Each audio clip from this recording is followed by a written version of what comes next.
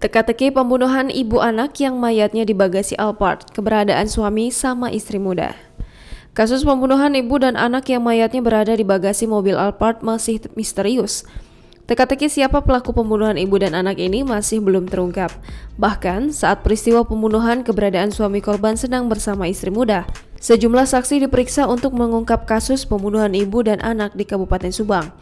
Kabid Humas Polda Jawa Barat Kombes RDA Caniago mengatakan, sejumlah saksi telah menjalani pemeriksaan termasuk suami korban berinisial Y.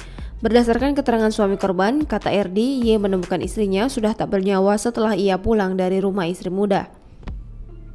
Suaminya mengaku, kata RD, saat pulang itu Y melihat kondisi rumah di kamar dan kamar mandi sudah berantakan. Sebelumnya, warga Kabupaten Subang digegerkan dengan temuan mayat ibu dan anak bersimbah darah di dalam bagasi mobil. Identitas keduanya diketahui adalah Tuti dan anaknya Amelia Mustika Ratu. Dua jasad ibu dan anak ditemukan di bagasi mobil jenis Alphard di Dusun Ciseti, Desa Jalan Cagak, Kecamatan Jalan Cagak, Kabupaten Subang pada Rabu 18 Agustus 2021. Polisi memastikan mayat tersebut merupakan korban pembunuhan.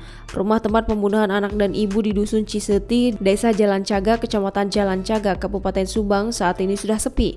Pantauan tribunjabar.id pada Jumat 20 Agustus 2021 tampak garis polisi terpasang di sekeliling rumah. Stiker bergambar Jokowi Ma'ruf Amin tampak menempel di kaca depan. Terdapat juga karangan bunga ucapan duka dari berbagai rekan korban. Di bagian depan rumah terpampang plang bertulisan Yayasan Bina Prestasi. Penelusuran tribun Yayasan Bina Prestasi ini dipimpin oleh Yoris Raja Amalullah dan operator yayasan yakni Amalia Mustika Ratu. Yayasan Bina Prestasi juga menaungi SMK swasta di Kecamatan Serang Panjang, Kabupaten Subang.